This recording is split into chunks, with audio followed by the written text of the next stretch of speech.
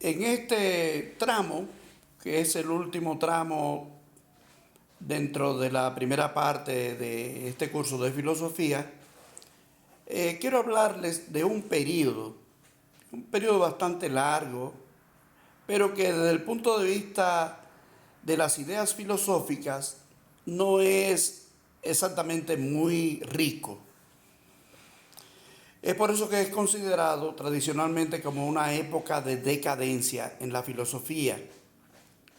Les estoy hablando del helenismo. Para algunos autores comienza alrededor del siglo III antes de Cristo y llega como hasta el siglo II después de Cristo.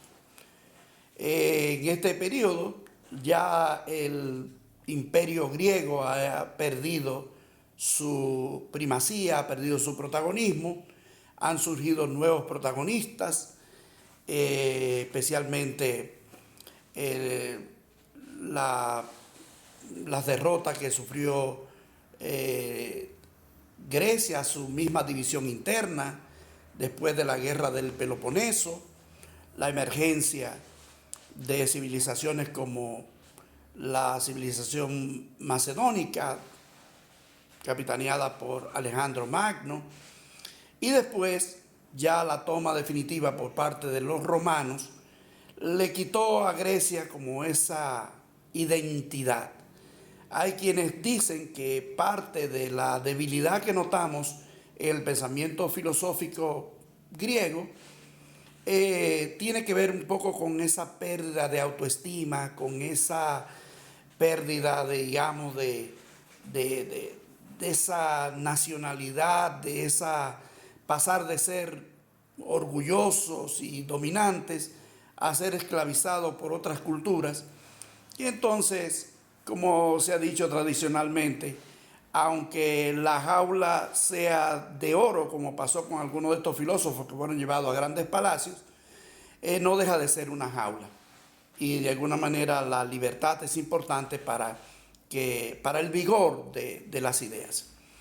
Pues en este periodo surgieron algunos movimientos filosóficos interesantes que yo creo que vale la pena mencionar.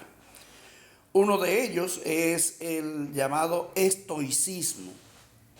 Estoicismo viene de una palabra griega, la palabra stoa, que significaba pórtico, un pórtico famoso que había en Atenas, donde este grupo de filósofos solía reunirse para conversar, para tratar temas.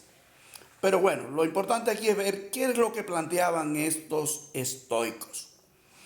En su modelo, digamos, de carácter antropológico, la visión del ser humano y el modelo ético, que es su mayor fortaleza, aparte de la lógica que la cultivaron también, está la idea de que la vida sencilla es lo que debe primar para el ser humano, lo que debe guiar sus pasos.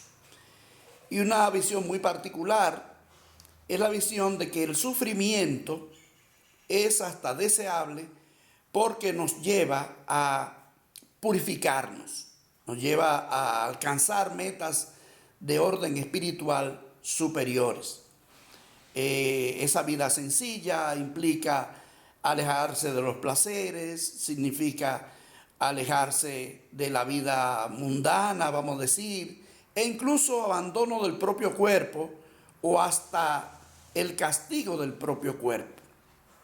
Hay quienes aseguran que esta visión estoica conectó muy bien con la ética cristiana del cristianismo naciente, y eso uno lo puede ver a través de la vida vamos a decir, monástica de aquellos años en la Edad Media, donde los monjes acostumbraban inclusive a flagelarse el cuerpo, golpearse con látigos para hacer que el cuerpo, digamos, disminuyera ese dominio sobre las cosas del espíritu, para que estas cosas del espíritu pudieran resurgir. Si tuviéramos que decir cuál es, así en breves palabras, la visión estoica, es la de la vida sencilla, la vida de sacrificio y de privación, como modelo, digamos, aceptable de vida personal y de intercambio con el mundo exterior. Un modelo, digamos, conocido dentro de la historia del cristianismo es el modelo de San Francisco de Asís, un hombre que vivió, de alguna manera era representante de la clase media, y renunció a todos sus bienes para predicar el Evangelio. Salió con el hábito con que se le reconoce, unas sandalias, y comía poco y bebía poco, llevaba una vida muy frugal. E incluso se le atribuye haber dicho: deseo poco y lo poco que deseo, lo deseo poco. Hay varios representantes, pero quiero fijarme brevemente en uno de ellos que personalmente me llama mucho la atención, que es el caso de Séneca. Séneca es un filósofo latino del primer siglo de la cristiandad, e incluso un tramo de su vida coincide con lo que se supone que sea la vida de Jesús.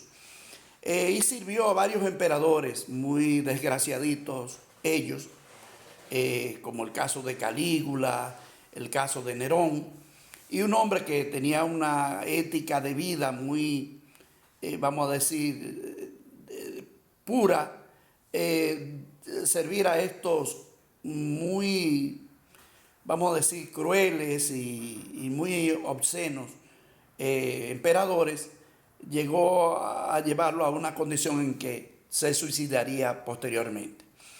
Pero de Séneca hay algo que yo he rescatado para mi propia vida y que quiero compartir brevemente con ustedes. Es lo que él llamó la visión del sabio. De hecho, escribió una carta a uno de sus amigos que tituló la carta de la constancia del sabio, en lo cual aconseja a este amigo de cómo vivir sabiamente. Y él reduce eso a esta expresión: el sabio no recibe injurias, es decir, el sabio no recibe ofensas o lastimaduras por parte de otras personas. Y rescato esto porque gran parte del sufrimiento que tiene el ser humano procede de daño que otros le ocasionan. Se lo ocasionan con las críticas, se la ocasionan con actos, digamos, de desprecio, de humillaciones, de desconocimiento, de ignorancia, etc. Entonces nosotros dependemos mucho de la relación con otras personas. ¿Y qué es lo que se rescata de esta visión de Séneca, Lucio Anneo Séneca? Es la de que depende de ti. Tú no puedes controlar lo que otro pueda decir de ti, pero sí tú controlas la forma en que tú reaccionas frente a lo que el otro te dice. Te dice que tú eres un idiota. Eso tendrá efecto si tú crees que eres un idiota. Ahora, si tú piensas por dentro de ti, el idiota eres tú, hasta te sonríes. Y no hace que esa palabra hiriente penetre en tu corazón y te dañe emocionalmente. Fundamentalmente eso. En mi propia vida creo que eso ha jugado un rol muy importante. Uno que se desenvuelve en muchos ambientes donde hay mucha controversia, donde hay muchas contradicciones y donde uno no cae bien en todos los ambientes. Hay alguien que siempre va a pensar que hasta las cosas buenas que tú haces son malas. Si tú te sonríes mucho, vas a encontrar a alguien que va a decir: oh, ¿y de qué se ríe tanto este? Le estarán haciendo gracia. O buscará una manera de hacer que tú te sientas mal. La muchacha que va al salón se arregla muy bien. Cuando llega a su casa, es posible que una vecina vaya a buscar por aquí atrás algo que no quedó muy bien y dice: ah, pero mira, aquí atrás te dejaron. ¿Quién fue que te hizo este disparate? Para que tú te sientas mal. Si tú, por el contrario, le dices: no, es que mi marido es muy celoso, yo le dije que me lo dejara así, para que no se pusiera muy bravo. A lo mejor la que se va a sentir mal es la otra, la que quería que tú te sintieras mal. Entonces eso es muy importante y se lo estoy insistiendo un poco porque creo que esta es otra de las grandes verdades para la mochila de la vida. La actitud con la cual encaramos el mundo a nuestro alrededor es muy importante. Yo los invito a reflexionar un poquito más sobre este tema de Séneca y esta visión sabia contenida en De la constancia del sabio. En algún momento, no sé si les conté una anécdota relacionada con esta, que se conoce como el camión de basura.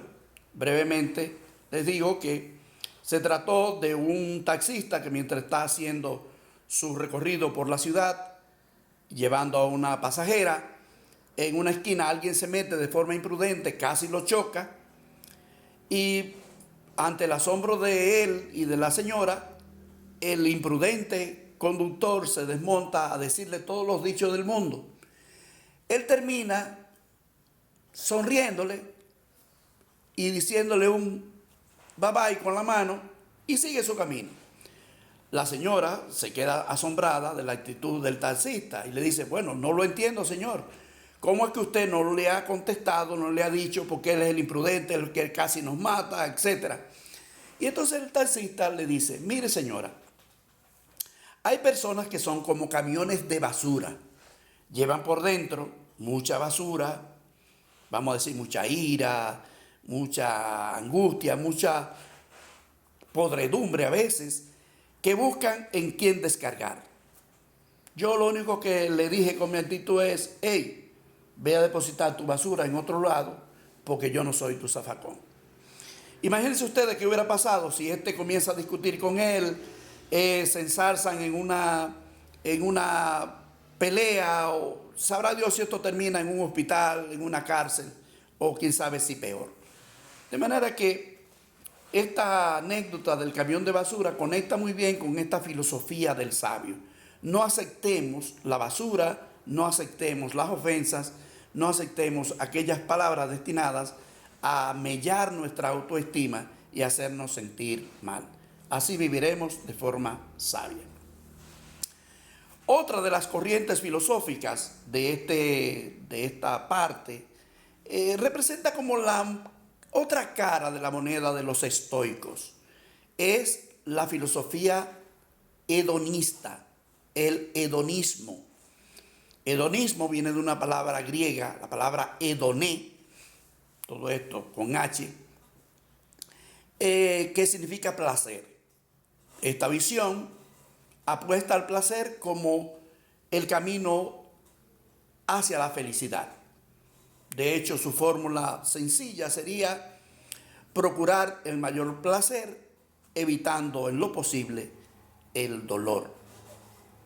Hay un filósofo que es como, digamos, quizá la figura más conocida dentro de este movimiento, que es el caso de Epicuro, así como suena, Epicuro, quien planteó esta visión, pero Epicuro, que sí, en efecto, habló del placer como el verdadero sentido de la vida y lo que debiéramos procurar, añadió un detalle que me gustaría que tomaran en cuenta, porque él introdujo la idea de la moderación en la búsqueda del placer.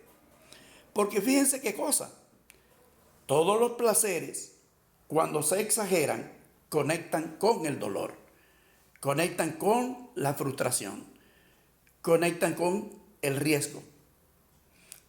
Vamos a hablar de algunos ejemplos. Por ejemplo, si a usted le gusta la cerveza, no está mal que se beba una cerveza, un vaso de cerveza y hasta dos, y puede ser tres. Pero ¿qué pasa si después son 4, 5, 6, una caja de cerveza? ¿Cómo se va a sentir usted después de esto? Y al día siguiente, dolor de cabeza, a lo mejor bajo trago le falta el respeto a la gente a su alrededor, a su pareja, A lo mejor hasta pierde su trabajo o pierde el respeto de la gente. Entonces una cosa que era un placer, usted lo exageró y lo llevó hasta la zona del dolor. Y así cualquier otra actividad, la sexualidad humana, la comida, la diversión, de todo eso existen patologías. Entonces tenemos que tener cuidado con esta búsqueda del placer. El placer es algo bueno, creo que todos lo aceptamos, es universalmente aceptado el placer con una visión, digamos, que complementa al ser humano y le da sentido a la vida, pero hay que tener cuidado con exacerbar esta búsqueda del placer y convertirlo en su opuesto, que sería el dolor. Les invito a leer un poquito más sobre Epicuro, lo mismo que sobre Séneca, que son dos visiones distintas. La visión del placer como camino hacia la felicidad y la otra, la del estoicismo, la visión de la vida sencilla, austera y de renuncia al placer como camino de la virtud. Otro de los movimientos de este periodo helenístico es el escepticismo. ¿Qué es lo que caracteriza al escepticismo? Es la duda. Hablar de escepticismo es hablar de duda. ¿Quiénes apuestan a la duda?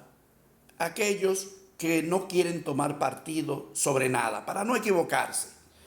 Este es el tipo de persona que ni cree, pero tampoco propone. Está en una especie de neutralidad. Eso que puede llevar a una postura extrema que en filosofía conocemos como nihilismo.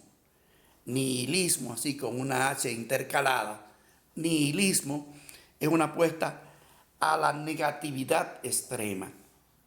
El escéptico no participa de los partidos políticos porque todos los partidos políticos son malos, de izquierda o de derecha, pero tampoco forman un partido.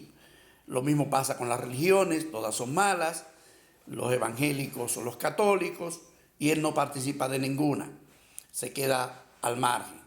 Lo mismo puede pasar con respecto a las organizaciones sociales. La Junta de Vecinos no participa porque siempre va a encontrar un pretexto para quedarse como neutro. Lo peor de esta perspectiva es que lleva, vamos a decir, inscrito el pesimismo, esa visión negativa que no solamente puede afectar a la persona, sino también es muy tóxica para el entorno. Creo que todos conocemos a personas dentro de esta visión escéptica, y no es que no se deba dudar. Yo creo que el ser humano tiende a dudar de manera natural. De hecho, parte de la filosofía es la duda.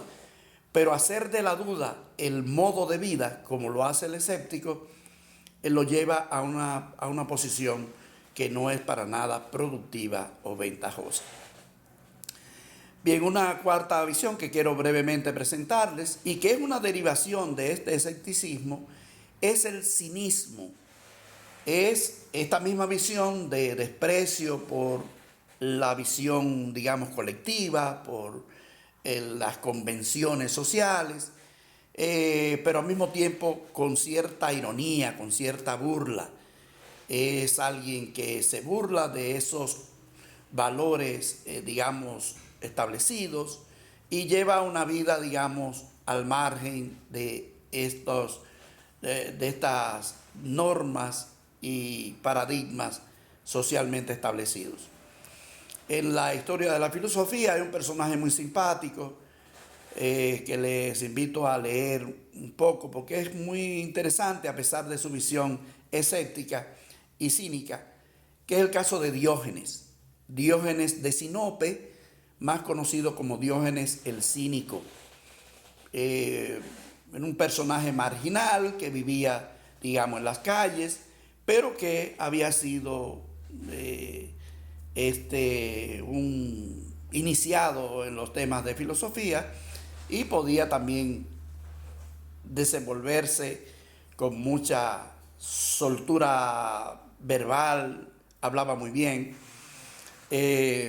Bueno, incluso dicen que su fama llegó hasta, hasta oído del emperador de la ocasión, creo que era Alejandro Magno, y fue a conocerlo el emperador y lo encontró sentado en la plaza calentándose al sol. Y cuando llegó desde el caballo proyectaba una sombra sobre el amigo este cínico, ¿no? Ya bien conocido, Diógenes. Y Alejandro le pregunta, Diógenes, he oído su fama, quise venir a conocerlo en persona, se hablan cosas muy importantes de usted y además saber si puedo hacer algo por usted.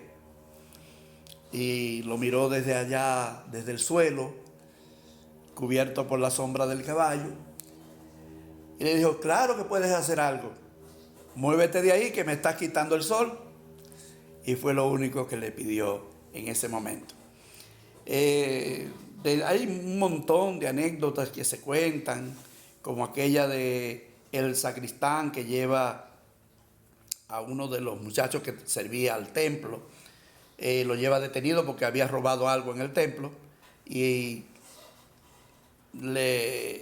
Diógenes le dice en voz alta para que ellos lo escucharan, oh paradoja, miren esto, el gran ladrón lleva al pequeño ladrón detenido. ¿Verdad? Esto, con respecto a los ladrones de cuello blanco que llamamos hoy, es una crítica social importante. Léanse un poquito más sobre este Diógenes, sobre estos movimientos de que les he hablado en este segmento.